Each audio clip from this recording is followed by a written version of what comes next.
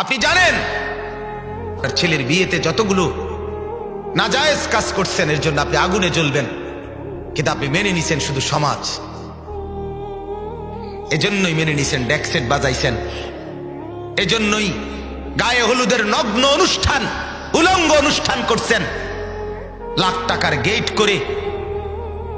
এরপরে বেড়া বেড়ি একই সামিয়ানা প্যান্ডেলের মধ্যে খাবার খাওয়াইয়া নগ্ন মহিলা, আমার দেশের মুসলমানের নারীরা সারা বছর যে দুর্নগ্নাম নষ্টামি করে, নগ্ন হয়, বিয়ের দিন ওই নারী তার চাইতে বেশি উলঙ্গ হয়ে যায়, অসভ্য হয়ে যায়, অসভ্য হয়ে যায়, অসভ্য হয়ে যায়। এই পরিমাণ বেহায়া হয় সাজগোজার বেশভূষার নামে, হাইওয়ান আর জন্তু জানোয়ারের মতো নিজেকে সাজায়। কেন করলেন? কেন করলেন?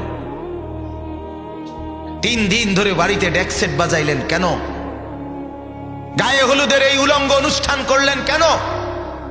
সমাজ, এলাকা, মহল্লা, পাড়া, সোসাইটি মেনটেন, ছেলেকে খুশি করা, মেয়েকে খুশি করা, মেয়ের পক্ষ ছেলের পক্ষের তাদেরকে খুশি করা। আল্লাহ কোথায়? আখিরাত কোথায়? কবর কোথায়? বলেন বাপ, ভাবতে শিখেন। একজন হলে একজন ভাবেন, 2 জন হলে 2 জন ভাবেন, ভাবতে শিখেন। এজন্য এটাই বললাম, মান আকালা তাইয়িবান, বলতেছিলাম যে উপার্জন যদি হালাল হয়, খাবার যদি হালাল হয়, এটা জিন্দেগির সবচেয়ে বড় আমল। এজন্য নবী এটা 1 নম্বরে রাখছে। আমি হযরতের কথাটাই বলছিলাম। 2 নম্বর বললেন ওয়া আমিলা ফি সুন্নাতিন, যা করবে সুন্নাত মোতাবেক, অর্থাৎ জেনে জেনে বুঝে বুঝে প্রত্যেকটা কাজ সুন্নাত মোতাবেক। আমার হাসি, আমার কান্না, আমার আনন্দ, আমার বেদনা, আমার আহার, আমার নিদ্রা, আমার উঠা বসা, আমার লেনদেন, চলাফেরা সব হবে আমি মুসলমান আমার রাসূলুল্লাহ সাল্লাল্লাহু আলাইহি সাল্লামের সুন্নাত মোতাবেক। একবারে সহজ, একটু জেনে নিলে। কিন্তু বদনসিব আমরা, বড় মন্দ কপাল। সিনেমার নায়ক, টেলিভিশনের গায়ক, অ্যাডভার্টাইজের অভিনেতা, তাদের কথা আমাদের কাছে গ্রহণযোগ্য, কিন্তু আল্লাহ রাসূল সাল্লাল্লাহু আলাইহি সাল্লামের সুন্নাত আমাদের কাছে পরিত্যক্ত।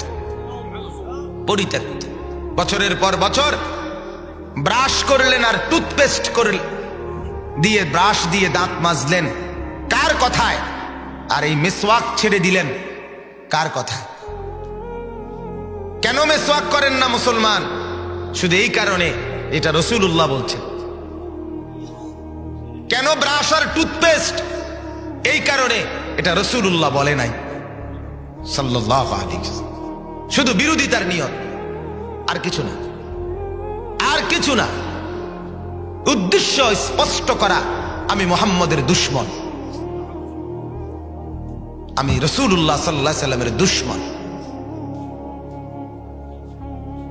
এত দামি ডাইনিং টেবিল, চেয়ার সবই তো আছে, দস্তরখান কোথায়? দস্তরখান কোথায়? দস্তরখান নাই কেন? এটা রাসূলুল্লাহ সাল্লাল্লাহু আলাইহি ওয়াসাল্লাম বলছে, এটা টেলিভিশনে বলে নাই। টেলিভিশনের আব্বাই যদি কইতো ঠিকই দস্তরখান বিছাইতো, সিনেমার নর্তকী যদি বলতো তো ঠিকই বিছাইতো। সিনেমার নর্তকী বলে নাই দেখে বিছায় না, ঠিকই বিছাইতো। টেলিভিশনের গায়ক নায়ক, অ্যাডভার্টাইজের অভিনেতা, ওরা বললে ঠিকই হইতো। ওরা ডিজাইন করে দেয় মুসলমানকে।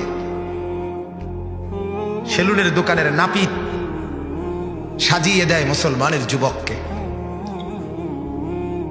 নাপিত সাজিয়ে দিয়ে বলে আপনাকে সেরকম দেখাচ্ছে। একবারও জিজ্ঞেস করলো না এই চুল কার মতো কাটলেন।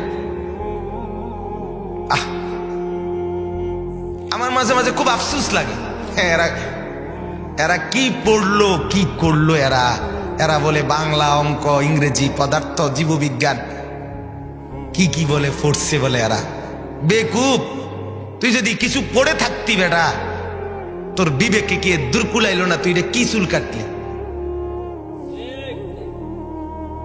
কি পড়ছ বেটা, কি পড়ছ? হ্যাঁ, এতগুলো পড়া পড়ে এখনো খারাইয়া মতো কি পড়লা তুমি?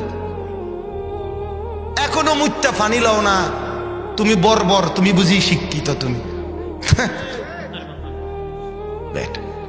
ওরা চিন্তা করে আমগরে নিয়া, ওরা বুদ্ধিজীবীরা চিন্তা করে আমরা হুজুররা আমাদের পড়ালেখার গতি কোথায়, আমাদের পড়ালেখা কই যাচ্ছে, মাদ্রাসার পড়াগুলো আমগো বাতের লেগে হে চিন্তা করে।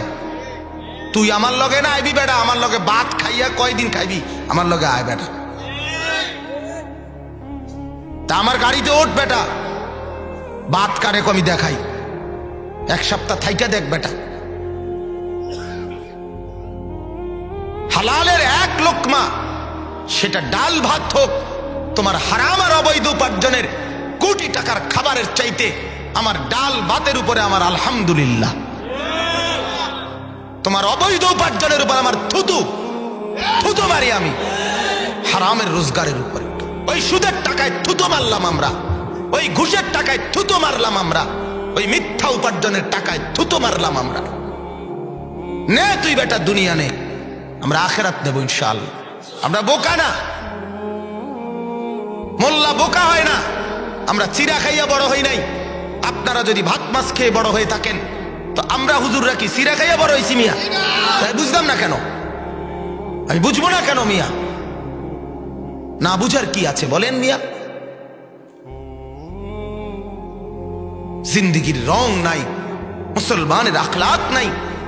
আমাদের আল্লাহ আছে, আমাদের রসুল আছে, আমাদের কোরআন আছে, সব আমাদের পরিষ্কার, নিখুঁত, নিরাপদ, স্পষ্ট, বিস্তারিত। আমরা কেন অন্যের ধার ধারব? বলেন বাস, রাগ হইয়েন না আমারে, মনে কষ্ট নিয়েন না, মনে কষ্ট নিয়েন। কারো গায়ে লাগলে মাফ করেন, আর হারাম খোরের গায়ে লাগলে আমার অসুবিধা নাই।